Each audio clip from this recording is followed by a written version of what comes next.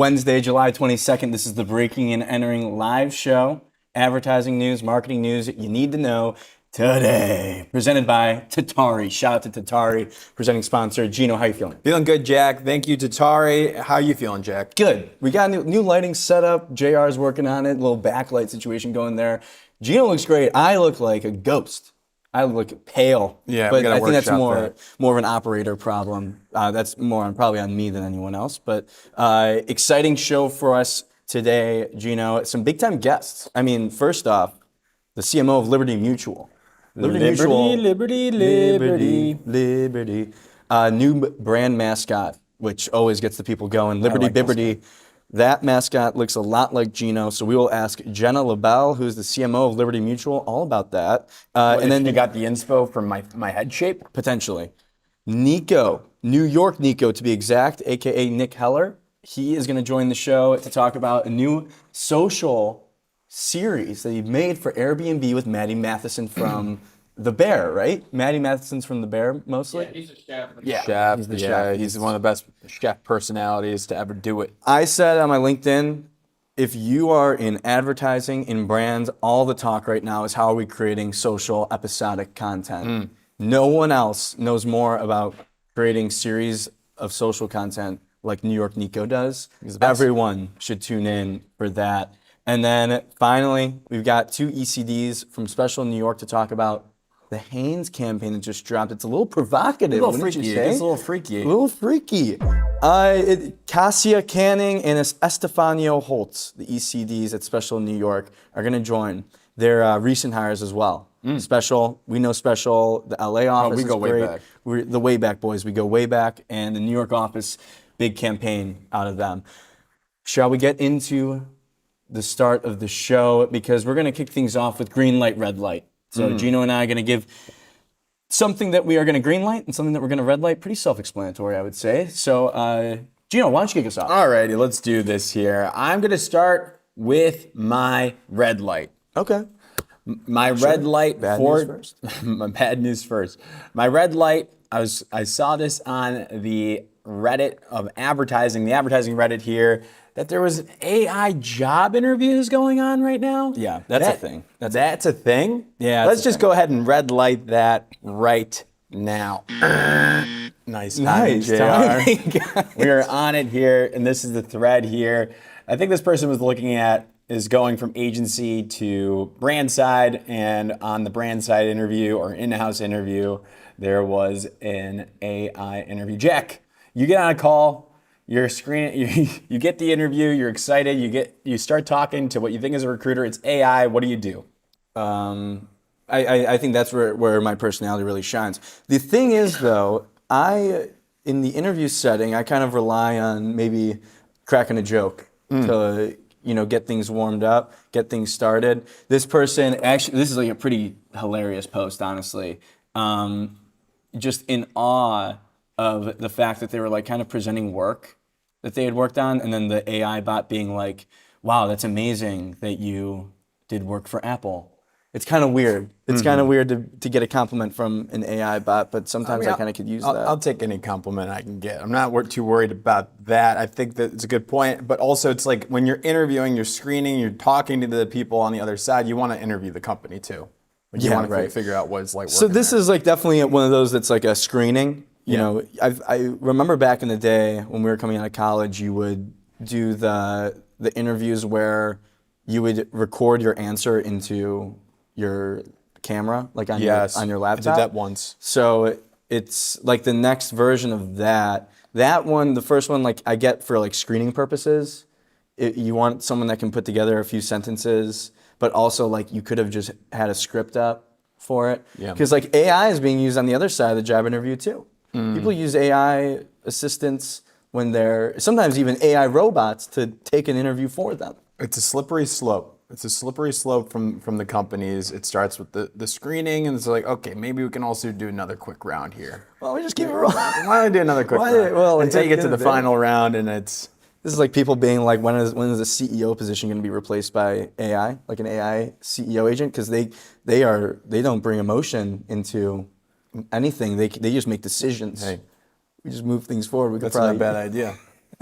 We should get one. Then you can get the robots. The robots could just take over like, the government too. Like you just have robots running that, and then you could have robots just in society, and then Will Smith can come. Yeah. And try to deal with all the What was that robots. movie he was in? iRobot. Which leads to my green light here. IMAX is my green light, and more specifically, I want more advertising from IMAX. Now, bear with me all. This is what I'm talking about. I can't get a seat at the Lincoln Square 70 millimeter, 70 mile theater that they have. It's sold out. And it got me thinking, talking with some friends too in the industry, that why don't they advertise more B2C? Maybe also invest in the upcoming generation, because IMAX is the one that makes the technology, the theaters, the actual cameras, and they're super expensive, super high quality. So they have a brand. But if they invest in the next generation and actually aspire the next creatives to come up and create more movies on IMAX and gets us all to love them more, we're going to demand more theaters, and therefore I will get a seat to watch The Odyssey, which broke records. IMAX has been mentioned more times in the last 2 weeks than maybe ever before in the history of mankind, which is surprising because it's been around for a long time. I read something that the guy who founded IMAX or who runs IMAX is like obsessed with the craft of the screen. So I could see that being a situation where you're a company that goes all in on the product and they don't even think about marketing. They want to make the product. The guy's just obsessed with making this screen perfect. I love it. But I'm with you. I mean, IMAX. It's like, take this momentum now, just like from the World Cup and what you're trying to do the MLS. Like, let's keep it rolling after the Odyssey fades away here, and keep people wanting to make on it. How do you feel about the companies that are like, not the same thing? I don't want to make a comparison, but just with the strategy. Like Tesla doesn't do any advertising, and that's kind of like the lore of Tesla, is that they don't really do any actual advertising. IMAX kind of like doesn't really do any advertising. They're just that dope. They just get all their attention from Christopher Nolan, pretty much. I have a very simple answer. I disagree with that strategy. I disagree with that strategy. Build the product so it's amazing, yes, but once you're there and you feel satisfied, you should start advertising, building the brand, getting it out to the people. This is an advertising podcast. I believe in the power of advertising. If done right, can make the brand even stronger. It's not going to diminish the brand. I love it. Well, that's the good red light, green light. Take it red away, light. Jack. We need that song. Remember that song? Red light, green light. Is it EDM? Yeah. Yeah. All right. I'll start with my red light too, Gino. My red light is the Miami Heat social media team. This is brutal. Oh, ad. Nice. Don't skip that. Don't skip. What do we got going on So there? LeBron James, for those that don't know or aren't tapped in, he is an unrestricted free agent for the first time since, I believe, 2018. So LeBron is going to be making a decision as to where he's going to play basketball next year. Obviously, there's a lot of implications for culture, really, around where LeBron plays basketball next year, obviously. And so we're expecting the decision any day now. And it came out yesterday or the day before that the Miami Heat had scheduled a YouTube video that was pretty much titled LeBron James Introductory Press Conference Miami Heat. So everyone freaked out and they're like, was this a mistake?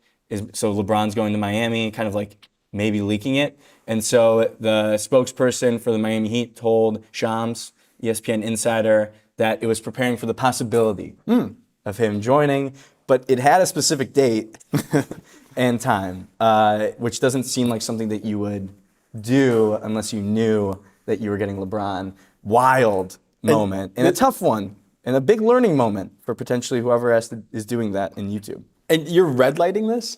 I'm red lighting it. Is this not a green light for all the earned discussion around it? Especially if they know that they're not getting him, and it was planned, and maybe I'm getting too tinfoil hat on. Yeah, but your fans are gonna be so pissed. Yeah, I forgot about the whole fan thing. It's like, it's different though than like a brand, in my opinion, because these are your fans. Right. They actually have fans. Brands say that they have fans, but they don't. These sports teams actually have fans. Right. Now I'm just thinking about if the Bulls did this. I'd be pissed off. Dude, people would cancel their season tickets over this stuff. Is there a possibility he goes to the Heat? Like Yeah, big a realistic like, what are the Kelce betting odds? There was a great graphic that came out yesterday that was like a quote from LeBron that was when asked where he would play, and he's like, all options are open. And a bunch of people memed that when they're like, when it comes to who I would date, like open to everyone. So that I think everyone's in place. That's why it's so fascinating, though, is because you kind of like everyone has a shot at it. But that was my red light. Tough moment for the Miami Heat social team. My green light is Substack. So this is Chris Best wrote this article on Substack, co-founder of Substack. They are partnering with Pangram, which is an AI detection software. Pretty much you can take an article, put it into Pangram, and it will tell you how much of that writing was AI generated, pretty much. So Substack being the first platform to really take a stand in including this feature. So it's like you kind of have to click and be like, Pangram, tell me if this is AI, versus like Substack won't. It's not like you're gonna see the title of the article and then you'll see them saying this is 90% AI. But first platform really to like, from a PR standpoint, take a stand against purely AI generated content. My big take on this, Gino, is that like I think if you're going to AI and like prompting it for ideas and trying to pass off those ideas and thoughts as your own, I feel like that's just so lame versus using it for like, okay, make this more concise or clean up the grammar. That to me is totally different. So interesting move by Substack. So you're saying you should skip AI for ideation but clean it up for the craft. Well, it's like at the end of the day, like I think using AI for research is one thing. Using AI to be like, hey, come up with an idea for a good Substack article is to me like, it's tough. There's a fine line to me where there's a fine line. If you did not have that thought, you cannot write and say and not acknowledge that you used AI. You should have like the same way that if Ernest Hemingway writes something and makes a connection or an idea, and I like steal that analogy or idea, and I don't give credit to Ernest Hemingway, that's plagiarism. For sure. So that's my take. That's my thought on it. No, I think this is great for the brand, and it's amazing for Substack. I don't know what their brand stands for right now, but now this is getting me closer to understanding. They're for the true, authentic writer who just is, wants to actually do the craft well. Yeah, it is a big brand moment. I think more than anything, that's a great point. It's more of a brand moment, PR sort of thing than anything. Yeah. But it still matters, obviously. A little bit of like side effect here, kind of like caught in the crossfires, is Claude. Because look at the title of the article. This guy just like came up with a new term to stop Claude fishing, is what he called it. AI Claude fishing.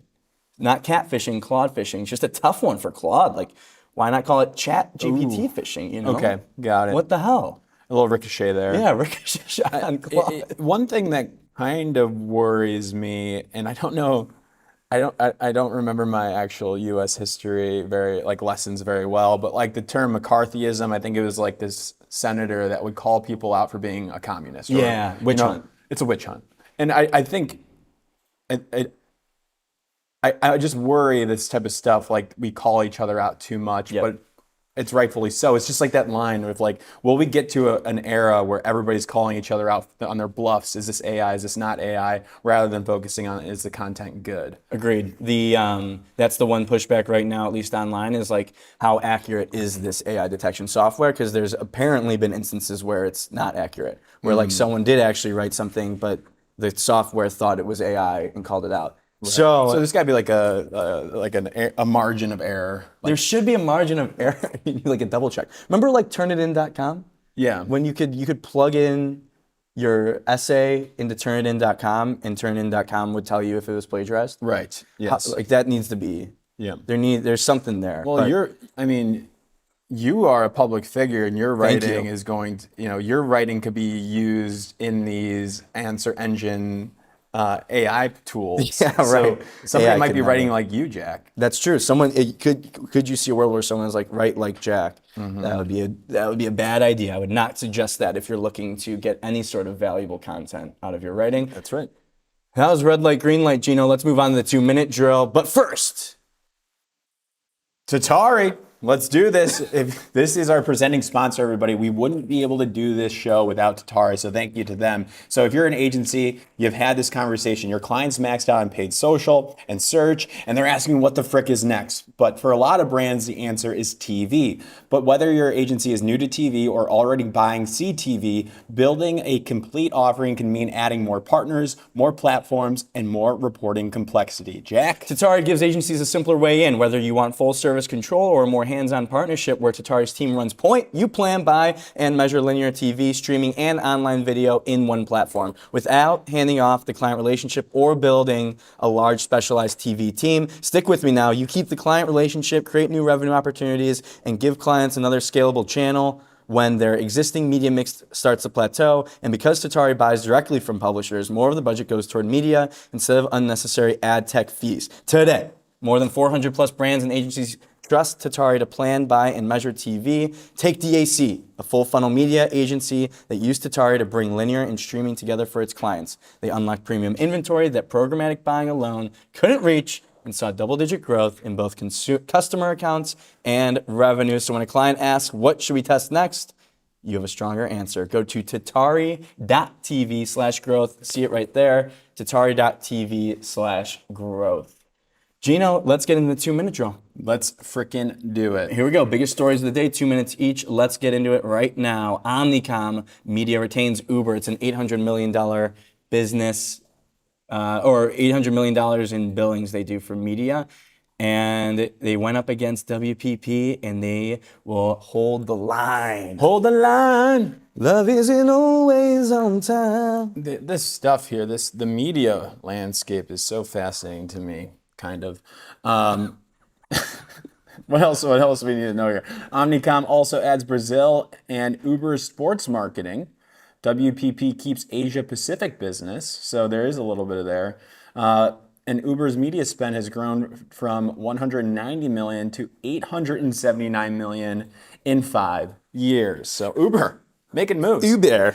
So Omnicom gets a big win here. The WPP kind of has been like the story of the year so far in terms of new business wins, I would say. But I mean, we're already more than halfway through the year, which is crazy. But Omnicom gets one. I mean, it's a massive account. It's one of the biggest accounts that we've seen get up for review and retain/won in the last probably 3 to 4 months. I can't think of one that's been bigger.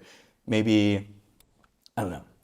This is one of the biggest media accounts that we've seen. Media is what makes the world go around for these holding companies as well, it feels like, especially now more than ever. There is kind of like the last bastion of real advantage that the holding companies have over everyone else is winning these massive media accounts. Who's running the old Uber creative nowadays? You got Mother is in there, Special US is in there. They're still running that stuff? There's still. If anyone watches Johnny Hamchak on TikTok, we've been watching that a lot lately. Special, I don't know if they're an independent agency. I'm pretty sure they are. They are. And then you got Mother independent agency on the creative there. You got these big holding companies on the media. And you got and our girl Georgie Jeffries, who's new. She sees the value in I both. would do that if I was a big CMO. Yeah, I'd probably go holding big company. holding company media because they probably got all the discounts and stuff. Yeah, and if then you got go Uber. go super niche creative agency. New CMO alert. We'll see what this CMO does. Oh, this is here. almost. That is not spelled right, but it's okay. It's okay. Bear elevates Andy Lopez to CMO as it paints a more digital future. Shout out to Adweek on this. Who wrote this? Because this is a great writing it? title.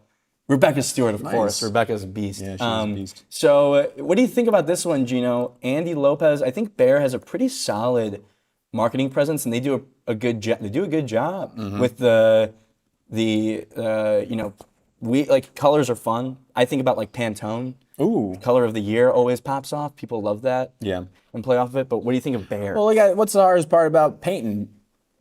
Besides getting all the corners. Waiting for it to dry? Waiting for it to dry. I watch it the whole time. It's selecting the color.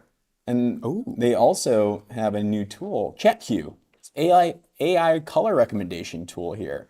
So if you're not sure what color your wall should be or you're not sure how to visualize it, you can use that here. How do we feel about that? I don't know how I feel about that. I think that there's... You probably do the try-on features of like when you're shopping. You probably put your face in there. No, I don't think anyone uses that. Back in the day, my dad wanted to do an accent wall in our basement. Just an orange wall. It really didn't didn't fit in. Yeah, I you feel like gotta if we would have had those AI tools, things would have been different.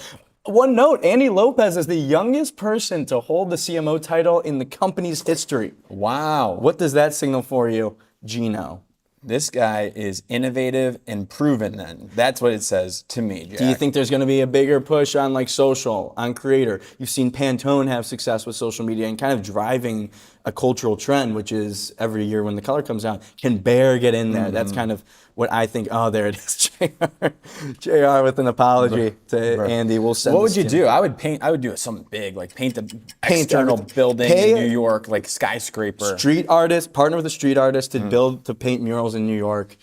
Easy. Free Done. idea. Done. Next up here, American Eagle and Yamal. Yep. What are they doing, Jack? Yeah, they're working together here. I mean, it's a back to school offering, and the whole thing is that CMO Craig Brommer's American Eagle. I think they've been most relevant in the news in the last year in the marketing world for, if you remember, the Sydney Sweeney campaign, which caused a lot of discussion in the marketing world. Are we still talking about that? Just trying to create context. Okay, man. Damn it. It's the largest back-to-school campaign. You're talking about Sydney Sweeney. I am, but I have to give context. You learn how to do a news show. You see these readers on it, means I'm not messing around. God, man, it's like, God, let me do my thing. Oh, well, actually, Sydney Sweeney's in this campaign.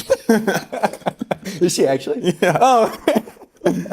Well, And they got Ella Langley. Okay, Lamine Yamal being on American Eagle literally days after, probably taking over the internet, unanimously with winning the World Cup, feels like a massive win for American Eagle and Mr. Craig Brommers. So you got back to school, American Eagle. American Eagle's cool. American Eagle versus Gap, right? Don't you think? Oh yeah, absolutely. Two different ways in, obviously, but what's your reaction? I'm looking at this stat here. Gen Z mall traffic is up 57%, getting back to the mall. Isn't that fascinating? When you were going to the mall, you were smoking cigarettes. Dude, I love cigarettes. Everyone that watches this show knows that. Sorry to our sponsors. But I think that Craig Brommers is one of the more, I feel like he's an aggressive CMO. They kind of push boundaries in some cases, but will this move the needle? It does if Lamine Yamal is very integrated and if he's like posting and he's pushing American Eagle. That's always the big question. For sure. Like how involved is he, or is he we're just going to see this from Lamine and never see him again? Absolutely. Next one here, we have an Ireland skin cancer campaign here. This is the Marie Keating Foundation and Boys and Girls. The Boys and Girls is the agency on this. It's an awareness campaign called Mole Maps. And the insight here is people wear sunscreen on vacation, but forget it at home. And the campaign transforms every county in Ireland into that mole. So it really kind of visualizes this. And we see the copy here. You're as likely to get skin cancer in Carlo as you are in Corfu. Yeah, shout out to Jack Walsh, senior copywriter. This came across my desk via him. He worked on this. A little bit of a quote. You want a quote? You want a quote from the CD, from the creative director Dean over at the agency? We are a nation that it's also an Ireland-based agency.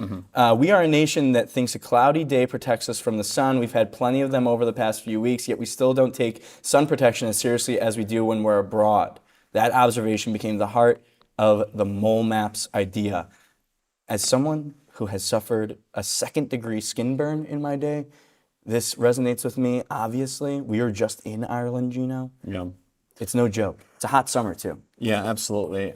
It's actually experiencing one of the hottest summers on record at the moment, so it's timely as well. This campaign is a creative way to get that awareness out there. 2 thumbs up from Breaking Honoring Media here. And then it kind of we talked about it a little bit, kind of reminded us of the award-winning work from Mischief, Mark of Life, where they took, what was it? They took I think it was the cancer scars and made tattoos out of them. So using the human body and doing it in a unique way. I think this was the fact. I love that the marks from the skin cancer are they match up with the counties. Like if you look at a county on a map of Cork, it looks like what they have. So it catches your eye right away, and then it's also like, kind of have that experience. Well done to both of those organizations here. Next up, go ahead, Jack. It is Fox versus the Swim Safety Board, essentially. Okay, so to set the stage, Here is an ad from Fox Sports about World Cup. Here, if we can play the volume, maybe like listening to it would be helpful. Yeah. What?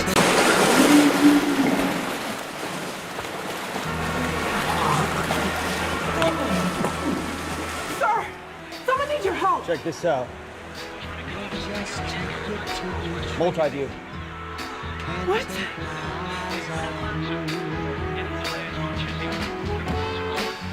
So the Ad Age marked this as one of their marketing losers of the week, noting that the ad makes light of swim safety, people, going and drowning, like in a swimming pool. They go and get a comment here from the U.S. Swim School Association and the U.S. Swim School Association says, suggesting even as a joke that a lifeguard would prioritize watching sports on a mobile device over responding to a swimmer in distress trivializes the exact behavior that aquatic professionals work every day to prevent. They called the ad shockingly irresponsible. Heavy stuff. Got a battle heating up here.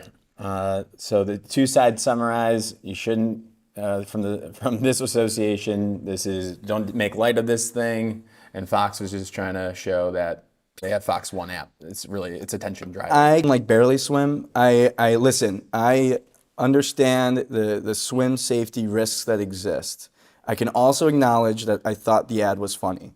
I can also acknowledge that if imagine like if Ad Age comes to you and you're the U.S. Swim Safety School Board. And they're like, hey, you see this ad? You got any comment? Of course you got to ride with your lifeguards. You got to ride for swim safety. Absolutely. So and then it just becomes like this thing that is like, wow, like who would have thought? What a moment. And then if you're the brand like Fox declined to comment. I think that's probably the right move. I think you just kind of like let it go and move on. But never a dull moment in the ad news game. No. We will be tracking that closely. That's the 2-minute drill. Some big time guests joining us, Gino, and a massive guest to start. Jenna Lebel, who's the CMO of Liberty Mutual, is going to join in a second to talk about a new brand mascot and a new campaign from Liberty Mutual. They're all over your TV screens. Let's show the new spot, and then we'll bring in Jenna. Hello there. Oh. I'm sorry, who are you? I'm Liberty Biberty, and I'm here to tell everyone it feels great getting great coverage and savings on car insurance with Liberty Mutual.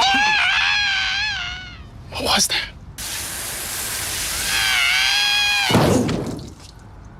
that? Hi, I'm Liberty Biberty. Great coverage, great savings. Liberty, liberty, liberty. Biberty. And here we go. Jenna, welcome to the show. How you doing? Thanks so much for having me. I'm doing well. How are you? Doing well. How is the team feeling? Things that the new mascot is launched. You got Liberty Biberty. I will say, kind of looks like Gino. I don't know if that was part of the inspiration, but how is everyone feeling? We're feeling great. And actually, I'm not your only guest here today. We do have Liberty Biberty joining us. I like this thing. Look at that thing. Oh my gosh. Is that because I know it was it's a real like puppet situation. So this is, we worked with the Jim Henson Creature Shop to make Biberty as a puppet. We have hand puppets. This is a stunt puppet. And then we also have animatronic puppets. Wow. So Jim Henson, he's done the Muppets. Yeah, he's the guy. What was it like working with the shop? I imagine they're the best of the best, right? Yeah, exactly. When we were concepting Biberty, we felt it was really important that he was real, and the puppet, puppets just have a way of bringing joy and delight, and I think insurance could use some joy and delight, and so we partnered with the best of the best, and that's Jim Henson's Creature Shop, and it was a really incredible process. I would say we talked at length about the fur, the eyes, are the teeth real? How big are the teeth? Where does the crown sit? So we spent a lot of time iterating and getting feedback along the way. Totally. So I want to back it up here. I guess what inspired this new mascot at this moment? Yeah, so we've been extremely fortunate with Limu, Emu, and Doug. We launched that campaign in 2019, and it's sort of broken through in a really meaningful way. And it was a little bit of a turning point for our brand. But at the same time, our job is to really keep propelling our brand and accelerating growth. So as our business evolves, we want to continue to find new ways to stay memorable, relevant, and connect with consumers. And that's really why we're introducing Liberty Biberty now. It's expanding our spokes character platform and gives us a new creative canvas to reach consumers. I want to ask about, just because Liberty Mutual is one of those, I feel like just a staple for TV commercials, but in a good way, because like there's a lot of noise on TV commercials that people don't recognize, but Liberty Mutual obviously does stand out. I'm curious about, what has the strategy and like building all these characters and this creative universe, what has it done to like impact the business? Because I think that's always the first question. You see something like ridiculous on your TV and you're like, okay, does this actually work? Yeah. I mean, insurance is a unique category, right? We don't have a tangible product. It is required by law. You don't want insurance. You have to have it. It's something you purchase and you hope you never have to use. And so in this category, consideration and awareness are kind of one and the same. And so our job is really making sure we're keeping Liberty Mutual top of mind with consumers. They're only shopping with few carriers when they shop for insurance, and it's always the first few who come to mind. So our job is really making sure Liberty Mutual is top of mind with consumers. And without a tangible product, you see the entire category, us included, rely on brand cues and brand devices like characters, jingles, taglines to really represent and link back to the brand. And so that's kind of why we went down this path. And in terms of what impact that has on the business, awareness does in this category translate into top of funnel leads, and so those are really highly correlated. Insurance quote rate and awareness levels, and so we do see that by building our brand, by making sure we're keeping Liberty top of mind, we do see that directly impacts new business growth. I'll tell you what. I mean, every category should think like that.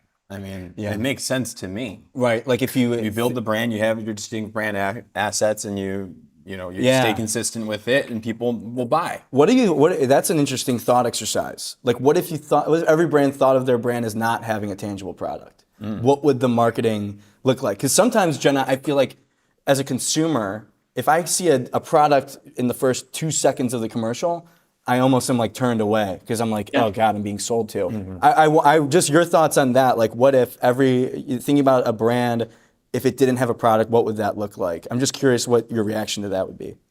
Yeah, I mean, it's an interesting thought. I mean, I would suspect that we'd have a lot more entertainment and humor. And I think people would maybe start thinking about it how we think about it, which is, we have these characters.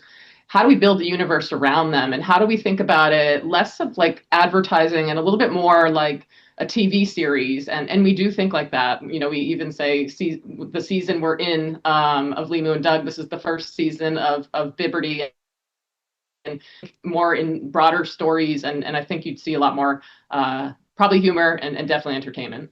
I think it's so fascinating too, the thought process behind this, because we know it's going to be a long-term thing, or we assume it's going to be a long-term thing. There's a lot of thought that went behind it. So, like, going back to like when you were briefing the internal team or the agency, was it Bandits and Friends? Bandits and Friends, shout out, yeah. I guess what does that look like from you or the team briefing the agency?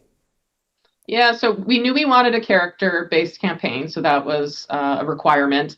When you think about the category, when consumers are shopping for insurance, they want good coverage and they want it at a good price, and so that was sort of the insight here. And so we wanted that to come through in the messaging.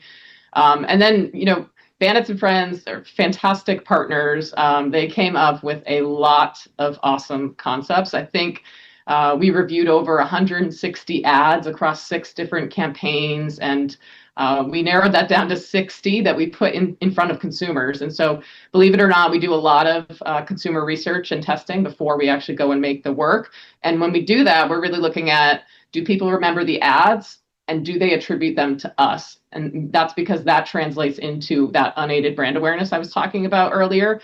But we had everything on the table, and it was a really, really fun exercise, and we had a great partner in Bandits and Friends.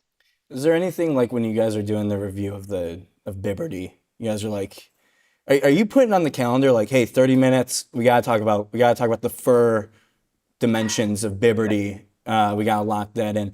I feel like there had to have been just some wild just calendar invites that make a big difference. You're absolutely right. Like, I never in my wildest dreams thought I would be talking extensively about Biberty's teeth. But we were there, we got feedback on it from consumers, and we continued to optimize it. So a lot of discussions about the teeth, a lot of discussions about the fur, and the voice, believe it or not. Yeah. What's your take on all that though? Like the science, like art versus science, I guess would be the easiest way to describe it. What's your take on leaning into like what consumer insights are saying in these focus groups versus going with the gut and going with the heart? I think it's a blend of both. I think you trust the data, but that's only looking back, right? Like, that's a historical view, and so you do need to have rely on your gut, rely on your instinct, and I think that's informed by patterns that you've seen, over the course of your career. And so I do think it's both, but we tend to rely on the data, at least initially, and then we kind of refine and make adjustments based on gut. Got it. So then, you have this, you said, what do you call it? This spokes platform? Yep. Spokesperson? Spokesperson. Yeah, brand Biberty is the new spokesperson. But you have a platform of different characters now. So like with Limu, Emu, and Doug, and Biberty now, how do they all interact? Yeah, so Biberty's our latest spokes character. Limu, Emu, and Doug not going anywhere. That was sort of the first question I got when I started socializing this internally too. We built a tremendous amount of equity in that campaign in a relatively short time frame. Like, we launched it in 2019. We think that Biberty will complement that. Biberty gives us a new creative canvas and new ways to reach consumers. Limu and Doug will continue to focus on customizing your insurance so you only pay for what you need. Biberty is really about great coverage at a great price, and I think they'll continue to live separately. Having said that, maybe at some point there is a crossover that might happen, but not immediately. You got to give us a heads up on that. Yeah, please. Give us a heads up. I won't be ready for that. I will not be ready for that. What I want to ask about, my last thing is really around like the media strategy for Liberty Mutual. This is like I kind of prefaced earlier, very much in the TV world, very much commercial driven, it feels like. At least that's my interaction with the brand. So I want to hear your thoughts on the media strategy, where you see things going with TV, how it's worked for you all, and thoughts around like exploring deeply other media channels. Yeah, so I would say our media strategy is similar to our creative strategy in that we follow the consumer. And so on the creative side, we're getting that consumer feedback through our pre-market testing. And on the media side, as media consumption habits change and, consumer behavior changes, we're shifting and changing too. And so, yes, we do have a big presence on TV, but we are also heavily invested in streaming and social and, all the places where people spend their time is where we want to be. And we're launching Biberty. We're looking at media integrations to help get the campaign out there, link it to us, drive that awareness. So doing a partnership with NBC for Sunday Night Baseball, ESPN with SportsCenter, and then also looking at partnerships with creators and influencers. Just because, we're just establishing this guy, but if we can, borrow equity from folks people trust already and like and are well known and established, like that's only going to benefit us. And so and having a character gives you the opportunity to do something like that. Otherwise these creators and influencers are probably not going to be talking about insurance, but now that we have these characters, it sort of gives you a little bit more creative freedom and flexibility and entertainment value. Yeah, I mean, the one spot where Biberty is at the bar, there's something there for sure. Yeah. Yeah. I won't listen. You don't have to say anything, Jenna, but I will say that Biberty feels like it'd be a great drinking buddy. Yeah. I think that I like Biberty. Yeah, a lot. I like Biberty for that. He can be snarky. He can be snarky. Sometimes the pause, the pause that he does before he talks, it gets me. I think that's the fun part too about like these mascots, especially ones that people will see on commercials, is they can sometimes take on this like crazy life of their own in meme culture and online. What like for in a lot of cases for better or worse. But I think that's the one thing. Like I'm excited. Like you can see people doing some meme stuff organically with Biberty. I hope so. I hope you're right. Well, Jenna, thank you so much for joining the show. Congrats on the launch. Shout out to Bands and Friends and all the partners that worked on this. But everyone get excited to see Biberty on your TV stations and channels. I love that thing. Look at that thing. Looks like Gino. Looks like Gino. That's great. Jenna, thank you so much. Yeah, thanks for having me. Appreciate it. Of course. That was Liberty Biberty. Interesting note there. Yep. Get that out of All right, I got no more interesting notes. You get it. That is great. Oh my gosh, that was Gino. Can we stay on the yeah, there it is. That is fake. That looks like Gino. That I is told not you. real. That's not real. All right. Yeah, we'll see. You kick off our next segment. All right, next segment. JR is the third chair on this show. Our next segment is going to come right after this ad read. Okay. Shout out to Tracksuit. Okay, this is my connection here. She was saying awareness and consideration are kind of blended for that brand here. Yep. But it's so important to measure all of these things in the funnel here. That's why this episode is brought to you by Tracksuit. Quick gut check for everybody listening. How confident do you feel walking into a pitch? Here's what everyone isn't telling you. The work gets better and easier when it's actually backed by data. Tracksuit tracks brand health continuously. That's awareness, consideration, competitive position, brand perception, and is updated every single month. No more waiting for annual dip, no cobbled together proxies, no pretending a 6-month-old deck still holds up. Just current data. Just current data on tap for your whole team, so you're pitching with receipts instead of a wish and a prayer. If you're in the business of strategy, that's kind of the whole game, Gino. Tracksuit, up and running in 30 days. Check them out at gotracksuit.com. That's gotracksuit.com. Go Tracksuit, go Tracksuit, go. Go New York, go New York, go. New York, Nico, New York, Nico. New York, Nico is joining the show right now. Nick Heller, he's a director. He's created the best content that you see, especially around New York. But he just created a banger social series. It's great. With Airbnb and Maddie Matheson. So we're gonna bring on Mr. Nick Heller to talk about it. I don't know if you have it pulled up, JR, if you want to show like a little bit of one, or we can just show it while he's talking. But let's bring him in. Let's bring in Nick Heller, New York Nico, to talk about his new work with Airbnb. Nick, hey, how's what's it up, going? guys? Good to I'm see you. good. Good to see you. How are you feeling right now? Everything's out right now, right? Yeah. We the final episode came out the day after the World Cup Was finals. it 25 episodes released over 40 days? Is that true? That sounds about right. Yeah, it was a lot. It is a lot. But It was a lot. What I think I love about this series, first off, I mean, Maddie is fantastic, but it seems like you could have posted this content natively on your page. It's so you. And I think what people need to learn for other brands, because we have a lot of marketers watching this, like how much creative freedom did you have across these 25 social videos? A good amount, honestly. This is like a really, really rare opportunity where the clients were just so cool, and like they know that I've done this before, and that this is sort of my world, so they put a lot of trust in me, as opposed to like a traditional commercial campaign where the creatives probably know more than I do. And yeah, so they really just like let me cook, and they were really, really great partners.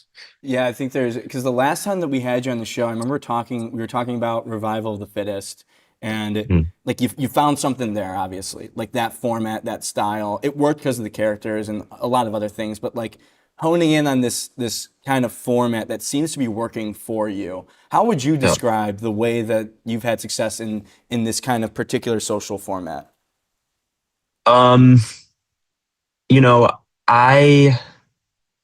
I've never been like a character within my own universe. Like when people talk about my Instagram or try to explain what I do, it's kind of hard for them because I'm very much behind the scenes and let the people that I profile sort of speak for me. But I think recently, without even really realizing it, I've kind of become a character in my work. Even if you don't see me, you sort of hear me behind the camera. Especially with the series that I've been doing and the way my account has evolved. It's more of like me interacting with my characters. And this series, we kind of worked off of that. I knew that they wanted Maddie as the hero of this series, and the idea was to go to different World Cup host cities with him and learn about the World Cup, because he doesn't really know anything about soccer. And I didn't really think there was any way for me personally to do this without me interacting with him and being a character, or his co-host essentially. And I think it worked really nicely. Yeah. I was going to ask, because I mean, you're right there. You're getting up in their grill, it seems like. And I think it's fantastic, obviously, on the user side, watching it, the consumer side. How do you make everybody feel so comfortable, though, when you shove a camera like pretty close up to their faces? That's such a good question. I don't know. Like I was watching, because we had like generally when I do what I do, it's just my camera. But for this specific series, we did have an A cam or B cam, whatever you want to call it, sort of documenting behind the scenes that we would then implement in the series. So it was kind of the first time that I'm watching myself, interact with people with my phone out. And it did seem very, intrusive. Yeah. Especially because I'm shooting at the point 0.5, like super up close. But yeah, I don't know. I guess like because I've had to be on the opposite side of the camera for like interviews and stuff like that, I know what makes me comfortable. So being on that other side, I kind of, know as a filmer what will make people comfortable and uncomfortable. And I think a lot of it has to do with like eye contact is a big thing. Like you want to make eye contact with the person you're speaking to, for many reasons. One reason is so that they don't look directly into the camera, but another reason is just to like make them feel comfortable and make them feel like you're just having a conversation with them, and it's personal. It's not, If I'm not so I don't looking know. at the Maybe that's camera, my answer. If I'm not looking at the camera, I'm looking at their eyes. I probably won't even have them in the shot. So you are a pro. You must know what you're Thank doing you. very well. Yeah. I appreciate that. Yeah. Do you give them a heads up? Are you like, when you're just documenting, do you give a heads up and then pull it out? Or are you like, we'll just shoot? It's a mix. I think most people kind of know what it is with me, especially if I'm with like my usual friends. The crew. They know that a camera might pop out at any given moment. Yeah, and I love how that you were able to integrate some of your squad into some of these videos. Yeah, too, which I thought was a nice little crossover for the folks who know. Yeah, that was important to me because, obviously this was a travel job. We shot in LA, Toronto, and New York. And I knew that when we came to New York, that I would incorporate my characters. Also because we had 2 shoot days in New York, but we only had Maddie for 1 day. So I had to come up with a creative solution to shoot for a day without Maddie. So that's why I came up with the lookalike contest idea. Maddie goes missing in Toronto. Irma hosts a lookalike contest. I find sort of a replacement for a couple episodes.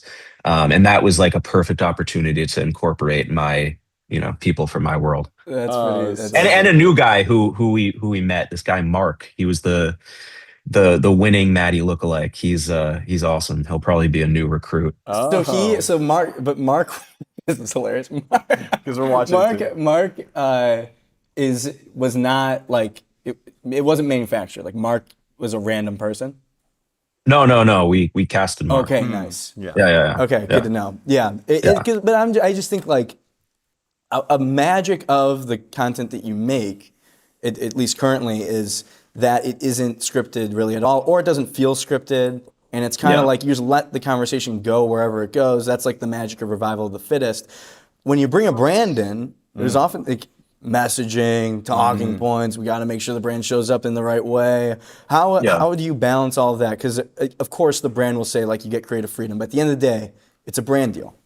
Yeah. No, I mean, another reason why the Airbnb clients were so great is because they understood that. They understood that the magic is going to sort of like come out of the moment, and we can only do so much planning. But again, there's like, as opposed to, Revival or anything else that I do, there was actually a budget behind this. So we did have to have things in place, obviously, but beyond having like sort of a vague outline where I needed to hit certain points, they just sort of let us cook, and that's really where the magic came. Yeah. And then for Airbnb, obviously, like they get just the great content on their pages. It's just like, yeah, that was the other great thing. It was like very minimal branding. Like the only real branding was the fact that it was on their Instagram page. But, we didn't have to put like an Airbnb logo on the microphone or have Maddie wearing an Airbnb hat or shirt or mention it, and I think like what they really wanted to get out of this was just like a really fun content series that could live on their page. And, I think it was a success. And like, okay, scenario, what if they had to have like a little bit of branding in there, or another brand, likes your style, like it, would you stray away from a deal that has the logo a little more prominent in the content? It really depends. Yeah.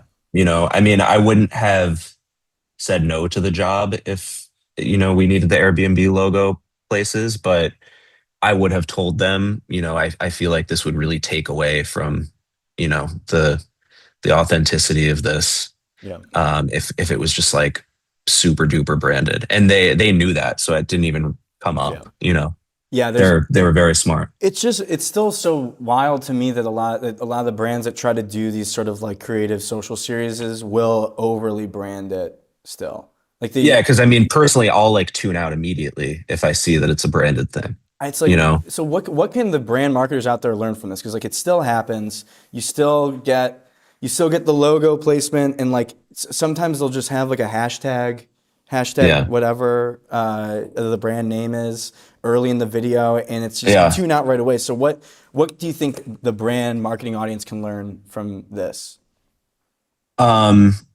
It's hard for me to say because I'm not on the other side. Like I understand the importance of branding and getting your logo out there, and having the star mention your brand or whatever. But just as I'm just saying, as a viewer, it is something that takes me out. And like it doesn't matter how good the series is, like it will immediately take me out. So I would, if they wanted to learn something from this, it's like, look, this was I think it was successful. Airbnb was super happy. And yeah, we didn't do any sort of blatant over the top branding, and people just enjoyed it as a series. Yeah. So you really don't, like, people aren't stupid. Like they know that this is presented by your brand. You don't need to implement it every step of the way. Yeah, that's exactly. So so no, that's interesting. That's I mean, it's 20. I was just gonna say like 25. The other thing is like the volume, 25 videos over 40 days. I bet like if you told someone that 2 or 3 years ago in the social media game, they'd be like, oh my God, you're flooding the feed. You're gonna annoy the consumer. People are gonna get sick of this quickly. But I don't think that's the case these days. No. Yeah, I don't think so either. I mean, I think, the more the better. And also with the way the algorithm is now, like a lot of stuff gets lost if you're not actually watching it. So I think the people that were actually like keeping up with this series got to see it every time it hit their feed, and the people that didn't give a crap didn't see it. So, that's one positive to the algorithm, I guess. Was there a moment, maybe most surprising moments, maybe it wasn't planned, that ended up being one of your favorites over the 25 videos? Yeah, I mean, finding Mark, our Maddie lookalike replacement for a couple episodes was great. I didn't expect to find him. Also, like, we didn't want to have a Maddie lookalike who looked exactly like Maddie. We kind of wanted it to be a little sillier. So I discovered this guy, Mark. I was like, what if we just like, he kind of looks like Danny DeVito. I was like, what if we just dress him up exactly like Maddie? And also Mark probably has no idea who Maddie is. So he's like impersonating him probably based off of one video. So his impression wasn't that good either. But I thought that really added to it, So that to me, I don't know if you would call it most surprising, but that was a happy moment. Yeah. I think that Mark is going to be somebody that I work with in the future. Yes, he's got just that star talent. There's like something about like the value of being able to just spot talent and bring them into the universe. That was in Toronto? That was here. That was in New York. Oh, great. Oh, perfect. Yeah, You're going to see him. Characters outside New York, but No, he's here. It's always in New York. It's always someone that's in New York. Yeah. The last thing I want to say is congrats on the Knicks. Thank you. And documenting that, I guess before we let you go, we got to ask about having the opportunity to really like document the finals, it felt like, and being a part of the journey, and then leading to, I guess, the night of winning the championship. The video that you put out was incredible, just documenting that whole night, and then the parade itself. Can you just explain what that was like for you as New York Nico? It was unbelievable. I mean, I never thought that I would see it in my lifetime. I figured we'd get close, but I didn't think that we would see it in our lifetime. And this was our year to do it. And it wasn't looking good for a period of time. I was there for game 4 of the finals when OG got his tip in. And that was, I feel like if you ask me, on my deathbed, what one of my most memorable moments was, it's probably going to be that. It was just so awesome. I got to share it with a good friend of mine who I was sitting with. It was just like, it was beautiful. And then obviously, the championship parade, or I'm sorry, to even backtrack, the night that we won and sort of like creating our own parade from where we were watching the game in Chinatown all the way to 34th Street. That was unbelievable. Never seen anything like that. The video that I got out of that was something that I'll cherish forever. And then the parade, I got the opportunity to spend it at City Hall. It was awesome. Yeah. It still hasn't like fully sunk in. I feel like it'll sink in once this insane summer is over, but yeah, it feels great. When they raise the banner next year at the first, that'll be. I thought it would be when the parade happened, but then I was like, you know what? It's still not hitting. Maybe it's when they raise the banner. Yeah, just what a moment. Sports are the best. It's the best. Sports are the best. Yeah. Nick, thank you so much for joining the show. Congrats. Thank you, on guys. the series Appreciate it. with Maddie Matheson, and appreciate recurring guest. Nick Thank Heller. you. Appreciate you guys. See ya. Have a good one. Bye. That was great. He's awesome. He is. He's a beast. He's a legend. Legend in New York. Legend in the. I want to be like him. He's like, a lot of people look up to like Casey Neistat as like a YouTuber, vlogger, documentarian. Yeah. To me, Nick represents the next age of what that is with like iPhone. Because obviously Casey's whole thing is like Is there any comps to Nick? There's some good, honestly, like content out there on TikTok that is similar, like documenting. A lot of times they'll go into like a workplace, go in like a kitchen, and you're going around. Yeah. But nothing has. He's just got he's got a unique flair to it that I think people gravitate towards. People are gravitating towards this Hanes campaign, Gino. Oh yeah, it gets a little spicy. It gets a little spicy. You want to tee it up? Yeah, I'll tee this up here. So we have a new campaign here. How old is this brand? 150 years old? Let me go to my notes. 125. 125-year-old brand. They're kind of shaking things up in their messaging here. This was done by a special New York here. And we got the 2 new creatives. What are their names, Jack? Estefanio, Holtz, and I believe it's Kasia Canning. I will double check that pronunciation when she comes in, and then potentially profusely apologize here on the show. How about we watch one of the spots before we bring them on? Let's do it.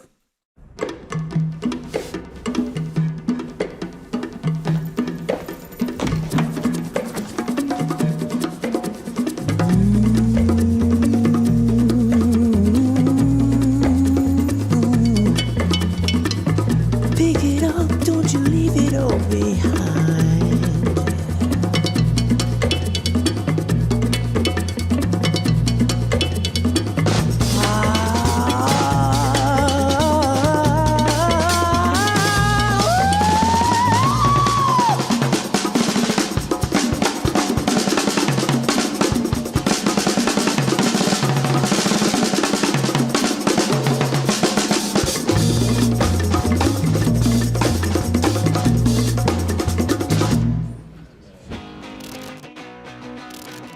Here they are. Kasia, am I pronouncing the name correctly? No, I'm waiting for the profuse apologies. What is it? Kasia. Kasia. Kasia. Kasia, let me just start this interview by saying how deeply sorry I am. It's tough. It's a tough moment for me right now. Not to You make it about nailed my me. name though, which is the hardest. Yeah, you got the hard one. That's it. Yeah. I mean, never a dull moment here on the show. We won't forget your names because this work is so good after learning your names now. So welcome to the show. You are both at Special New York, new to Special. Is that correct? Yeah, we joined the beginning of the year. Gotcha. Almost 6 months now. Okay, so in ad years, you've been there for some time now. So this is really like the first big, probably piece of work that you both have worked on. So let's talk about it. I mean, it's provocative. It gets the people going. I guess let's start with, how do you feel about it? How was the process of creating the campaign? I mean, we feel really proud. We're really excited about it. And, we're really lucky. Specials had a relationship with Hanes for a couple years now. And there was like a lot of, ground building there to kind of get us to this place. And so we're excited to be able to like come in and start having a new face. And incredible partners, to put up like a bold campaign like this. It's was really nice work with these clients. Like Kasia said, like a very iconic American brand. So we're super proud. Yeah. It's like a brand that everyone knows that people should be talking about more, is kind of how we felt, and it was kind of one of the clients that really attracted us to Special because it felt just like really ripe. It's like, you don't have to explain so much. Everybody knows what it is. It's really cool. It's really comfortable, but like they've just been kind of quiet. So let's walk through this. What was the insight that the strategy team gave to you both? Insight and strategy. It was all about like redefining what comfort means, right? Like Hanes has always been known for being comfortable. They have these like super cool, we have like an anthology of ads, and it's like stuff from like the 50s, and it's like cartoony guys before there was like cameras, and it's like, I feel good all under in my Hanes, like really quirky, funny kind of stuff, they've had personality. Yeah. We have a book here in the agents, with all the old stuff from Hanes. And it's it looks very, very cool. And it's all about comfort. I think that sparked a lot too. Yeah, the comfort. But then now there's like so many DTC brands that are coming up, and it's like everyone is kind of touting comfort. So strategically, the ask was like, how do we redefine comfort? How can we make it more than just, it feels really good to put on this t-shirt or these underwears? And it became a little bit about what's like the second part of that. Okay, so now I'm comfortable, and now what do I get from that? And it's like the confidence, right? So we joke that it's like, when you're nervous, you're meant to like picture everybody in their underwear.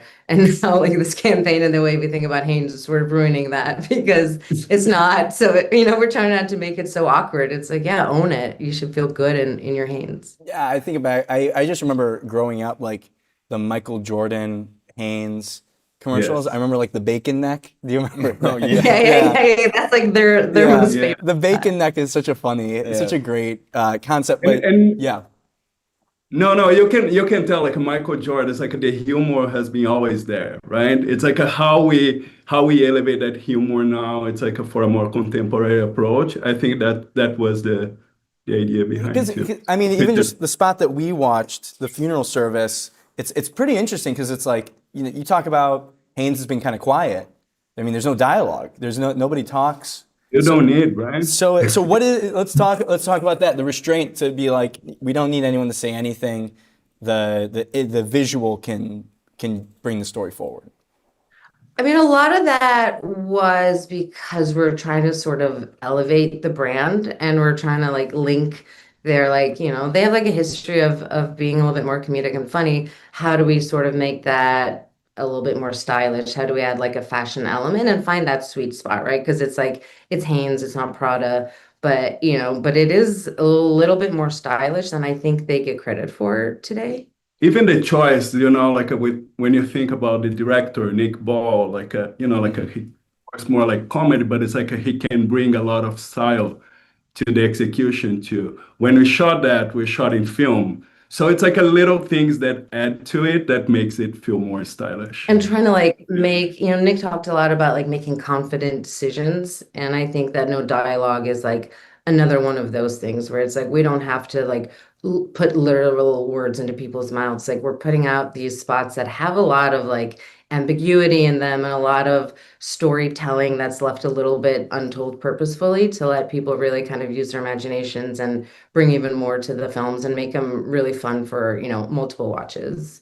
I like it. I'm just looking at the scenarios here, the different spots here. I can describe them. You got a woman doing her grocery shopping in her underwear, the confidence to wear what you're comfortable in no matter where you go. You got a couple in bed with their socks on.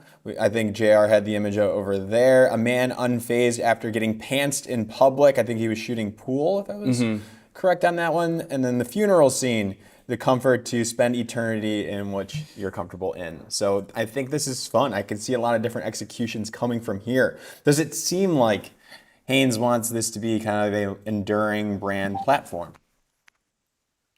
Definitely. Yeah, we're actually working on the next two briefs for next year already and kind of having fun with like how do we evolve? How do we maintain, get comfortable and this kind of world that we're building and how does that transition into more product focused advertising into stuff, for men's, for women's, like what are the elements of this campaign that we're going to be able to keep pushing forward? Yeah, absolutely.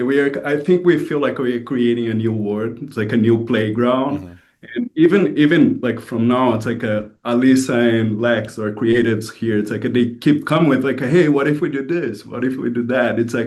It's such a simple, not a mechanic, but such a simple idea. So you can do a lot of things with get comfortable and the confidence. And hopefully people kind of start to see Hanes in a slightly different light and start to like expect this kind of stuff from them. Because I think it's going to make it easier, to keep making work like this when people are into it, when they're commenting and they're asking for it. And it's fun, which is the most important thing. So that's the thing. It's like it's underwear. We can't take it too seriously. Yeah. So I guess I want to dig in deeper about like how does Hanes want to be viewed? Because this is like we kind of were talking about a little bit like this elevated look for the brand, but still keeping some humor. That's kind of like a fine line to walk down, I feel like. So how is the brand and how are you all approaching that? I mean, like it was part of the process, like getting to the right tone that Kasia was saying. It's like a lot of meetings with clients, like define it's like where we want to be. And I agree. It's like it's a very specific place where you want to, we want to execute this campaign. It's like it's between the humor, but you cannot be too goofy. You want to be style because about fashion. I think we borrow a lot of like a reference or inspiration from fashion, but we still keep like the essence of the humor in the brand. I think it's like grounded. It's like grounded. I think that's the nice thing. And never take ourselves too serious. I think that's the point too. You always have like a wink or a little bit. And it's accessible. It's like that's the nice thing about Hanes. You see like Timothée Chalamet is wearing a pair of Hanes, but like so is like every 5-year-old on the playground. Yeah.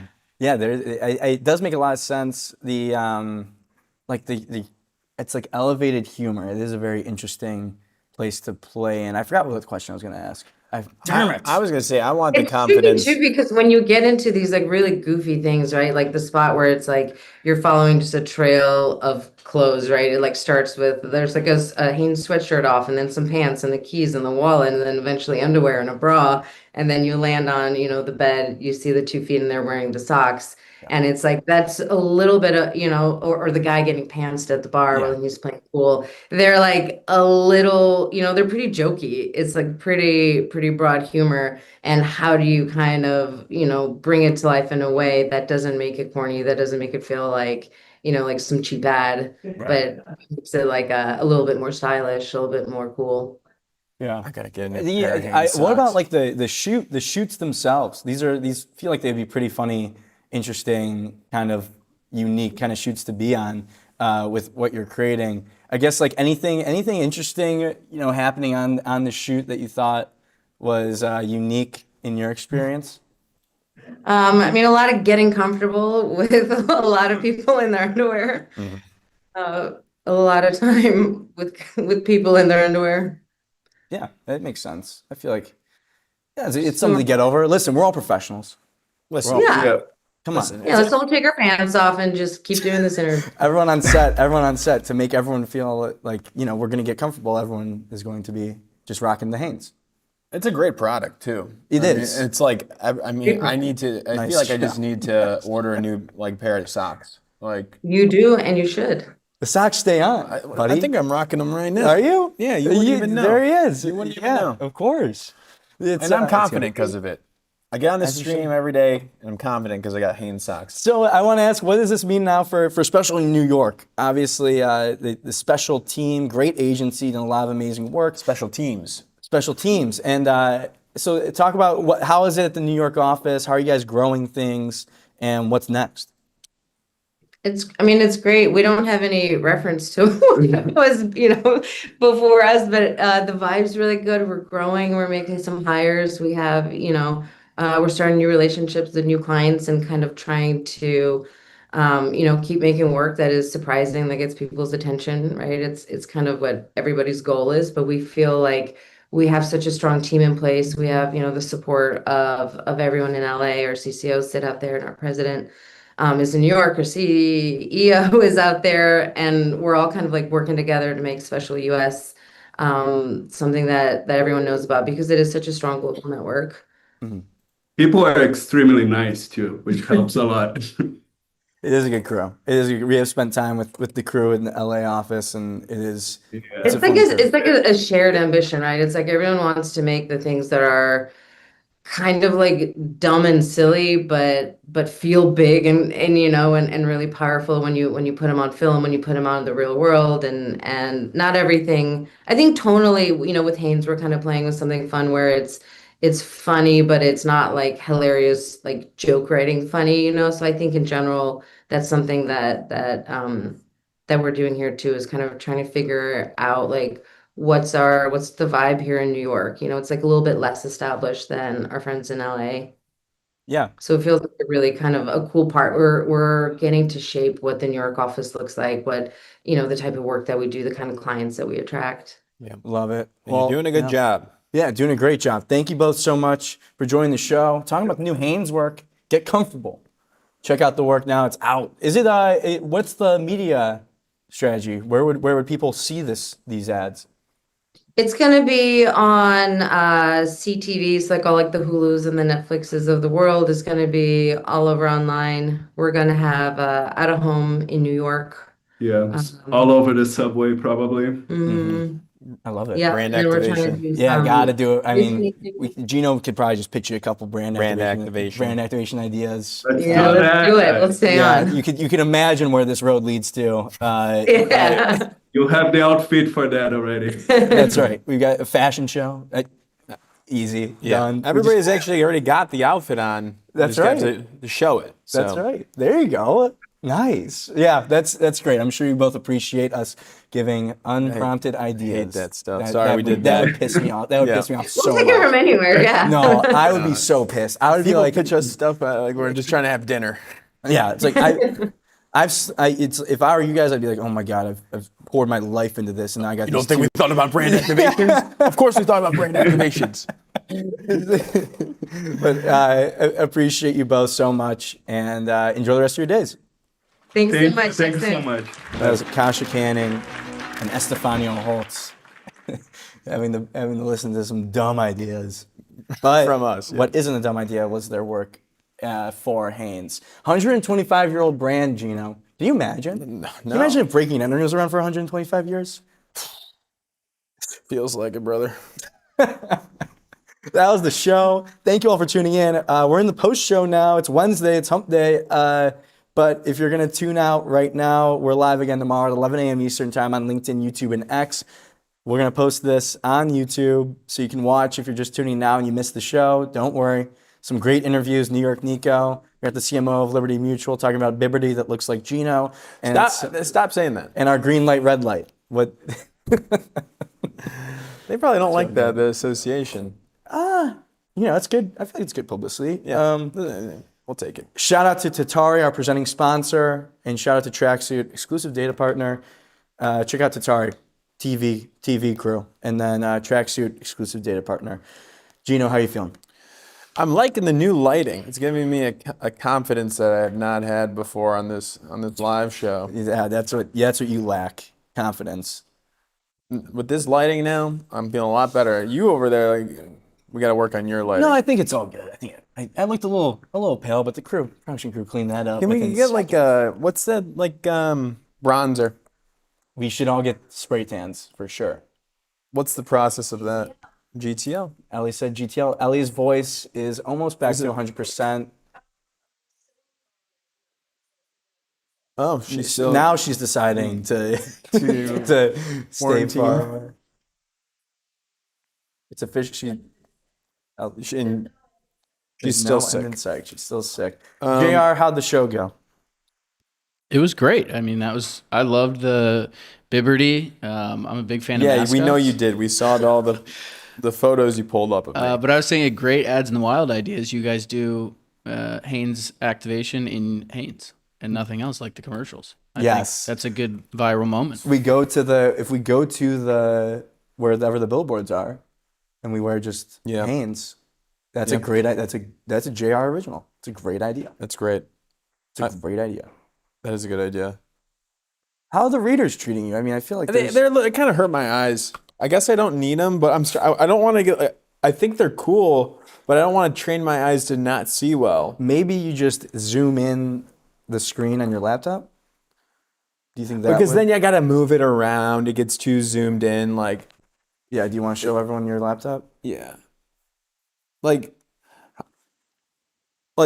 okay, now I have to like keep scrolling and stuff or whatever. Like, it's just a lot. Yeah, it's a lot. It's a lot. You need binoculars is what you need.